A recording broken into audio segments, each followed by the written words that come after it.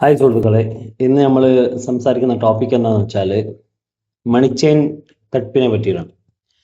എന്താണ് ഈ മണി ചെയിൻ? മണി ചെയിൻ പറഞ്ഞാൽ ഇപ്പോൾ ഇന്ത്യയിൽ ഏറ്റവും കൂടുതൽ വളരെ എളുപ്പത്തിൽ ആൾക്കാരെ പറ്റിക്കാൻ പറ്റുന്ന ഒരു ബിസിനസ് മേഖലയാണ്. അതിനെ ബിസിനസ് പറയാൻ പറ്റില്ല, കാരണം അതൊരു വെറും തട്ടിപ്പാണ്. പക്ഷേ അതിനെ നിങ്ങൾക്ക് പല ആൾക്കാരും പരിചയപ്പെടുത്തുന്നത് ഒരു ബിസിനസ് ആയിട്ടാണ്.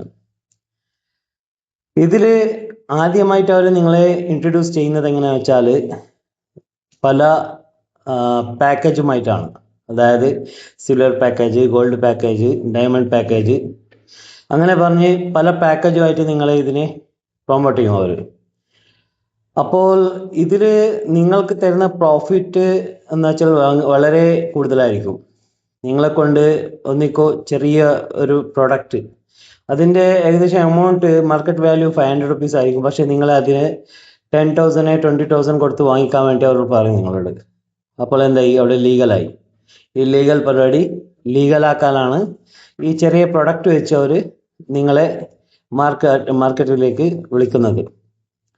അതിനുശേഷം നിങ്ങളോട് പറയും നിങ്ങൾക്ക് 10,000 ഇൻവെസ്റ്റ്, അതായത് 10,000 ഒരു പ്രൊഡക്റ്റ് മേടിച്ചു കഴിഞ്ഞാൽ നിങ്ങൾക്ക് മാസം വെറുതെ ഇരുന്നാലും 1000 രൂപ അല്ലെങ്കിൽ 1500 2000 രൂപക്ക് കിട്ടും പറഞ്ഞിട്ട്. അതേപോലെ തന്നെ അവർ പറയും നിങ്ങൾ വേറെ ആളെ ഈ ബിസിനസ്സിലോട്ട് കൊണ്ടുവന്നു കഴിഞ്ഞാൽ നിങ്ങൾക്ക് പെയർ കമ്മീഷനായിട്ട് 2000 രൂപ 3000 രൂപ ഇങ്ങനെ കിട്ടുമെന്നിട്ട് പറയും.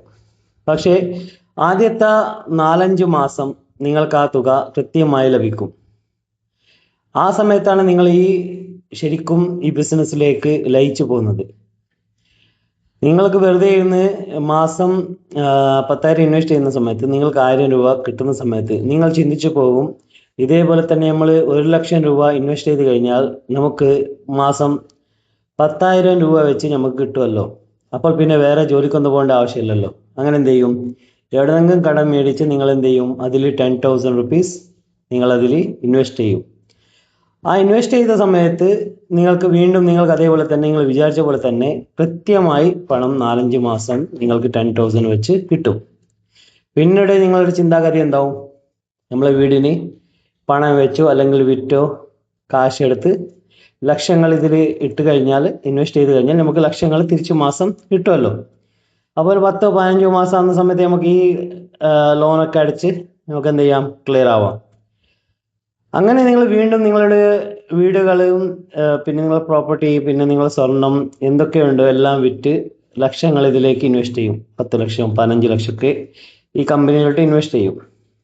ആ സമയത്താണ് നിങ്ങൾ യഥാർത്ഥത്തിൽ പറ്റിച്ചു പോയിട്ട് മനസ്സിലാക്കുന്നത്. കാരണം നിങ്ങളെ അവർ ആ സമയത്ത് കംപ്ലീറ്റ് ആയിട്ട് പറ്റിച്ചിരിക്കും. നിങ്ങൾ വിചാരിച്ചത് നിങ്ങൾക്ക് ഒരു മാസം ഇൻവെസ്റ്റ്മെന്റിന് തിരിച്ചു നൽകുമെന്ന് വിചാരിച്ച പണം നിങ്ങൾക്ക് ആ സമയത്ത് തിരിച്ചു കിട്ടൂല. പിന്നെ നിങ്ങൾ എന്ത് ചെയ്യും? ഇതിന്റെ പിന്നാലെ പോകും. പക്ഷേ ഒരു കാര്യം ഉണ്ടാവില്ല. കാരണം നമ്മൾ ക്യാഷ് കൊടുത്തതിൻ്റെ ഒരു പ്രൊഡക്റ്റ് ബില്ലടിച്ച് അവിടെ വെച്ചിട്ടുണ്ടാവും. നമ്മൾക്കതിൽ കേസിൽ പോയാലും ഒന്നും കിട്ടത്തില്ല.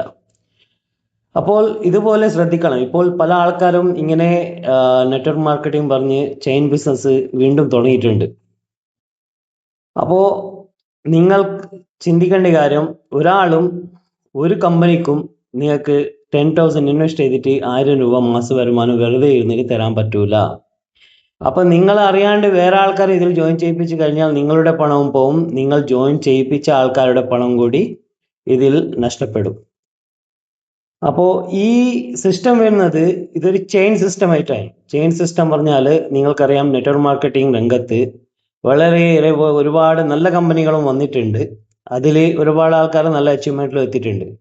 പക്ഷേ അതിനെ മറയാക്കി പല ആൾക്കാരും മണി ചെയിൻ തട്ടിപ്പ് തുടങ്ങിയതോടെ നെറ്റ്വർക്ക് മാർക്കറ്റിംഗ് ശൃംഖല മൊത്തത്തിൽ തരിപ്പണമായിട്ടുണ്ട്.